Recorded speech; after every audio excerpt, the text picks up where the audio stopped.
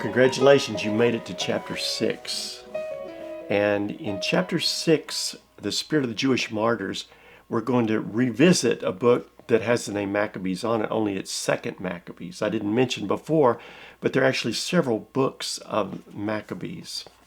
2nd Maccabees is very distinctive from 1st Maccabees for a couple of reasons. It seems to have been written in Greek, whereas 1st Maccabees was written in Hebrew. 1st Maccabees seems to have been written in Jerusalem, and 2nd Maccabees is definitely a work of literature from what is known as the Jewish diaspora. Alexander the Great conquered the known world and built city-states, and the Greek philosophy spread throughout the world.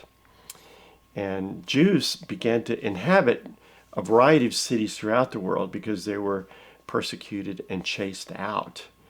And so as they lived in that culture, which was known as Hellenistic culture, the faithful Jews who had studied the law of Moses, who'd read Hebrew, were now reading their Bibles in Greek. And their perspective was changing. It was still focused on the true and living God, but the terms that they used were changing. And so as we read 2nd Maccabees, it reviews very briefly the first couple of sections, that history, the corruption of the temple by Antiochus Epiphanes, but it does so from very much more a culturally Greek background. It's for Jews who live not in Jerusalem, but in the diaspora, who speak Greek, who in other terms or in other ways we might describe as modernized or thoroughly enculturated to a new culture. But it's still telling a story about God's faithfulness, but it's doing it in a way that's appropriate for those Jews that live abroad. 2nd Maccabees is important for us because it helps us understand two things very critically. One of them is, how did the high priesthood become so corrupted? We read about that in the New Testament, the high priests, calling on the crucifixion of Jesus and so forth. Well, where did that high priesthood go wrong? Well, it happened during the period of the Maccabees when the ungodly rulers began to select and install high priests of their choice. And 2nd Maccabees unpacks some of that. The high priests are chosen for Israel because they're politically aligned with the oppressive rulership. And so, of course, they abandon the true spirituality of following the law.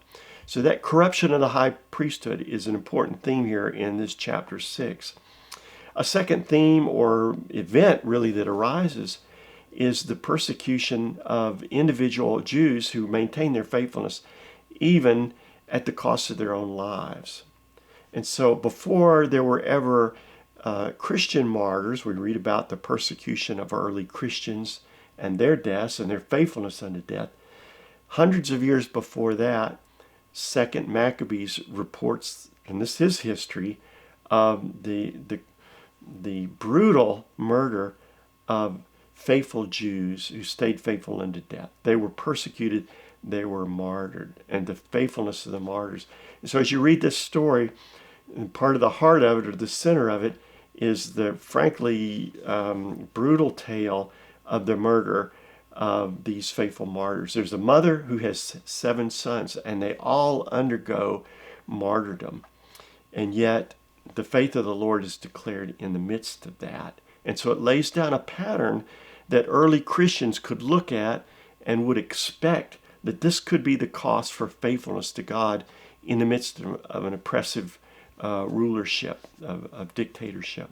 2nd Maccabees finally differs from 1st Maccabees. I've said 1st Maccabees has that Hebrew Jerusalem perspective and grounding.